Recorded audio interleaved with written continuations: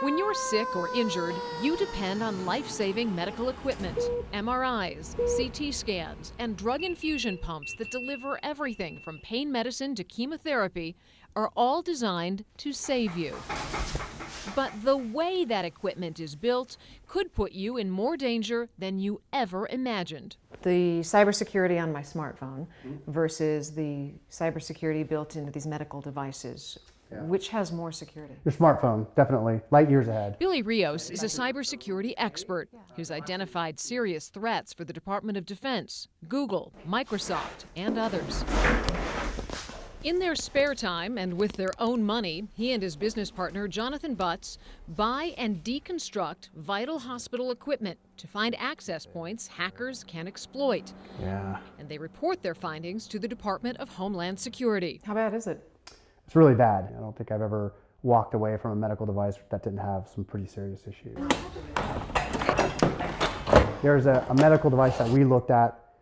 It literally had over 4,000 vulnerabilities in one device. One device? One device. Here's the deal.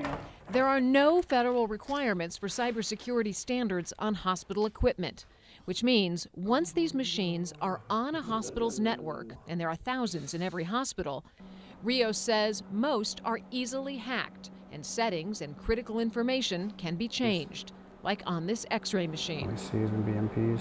It took Rios and Butts less than 24 hours to hack it and reconfigure the system. Because they're good guys, they installed a video game. This is a system that controls actual radiation that goes to some patient.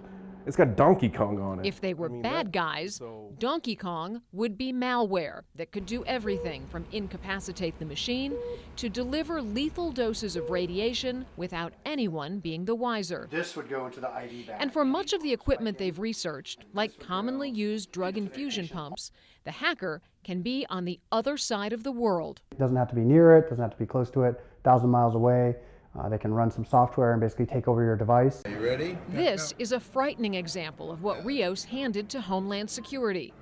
With just a few keystrokes, he remotely takes over a drug infusion pump and pushes the entire vial of medicine at once into a would-be patient. The FDA reacted in May of 2015 by issuing the first ever cybersecurity advisory. They actually recommended that hospitals stop using a particular infusion pump. To this day, Rios says the problems have not been fixed. Both he and Butts, though, are quick to point out that this is a systemic problem, not limited to any one manufacturer or single piece of equipment. Is the FDA doing enough?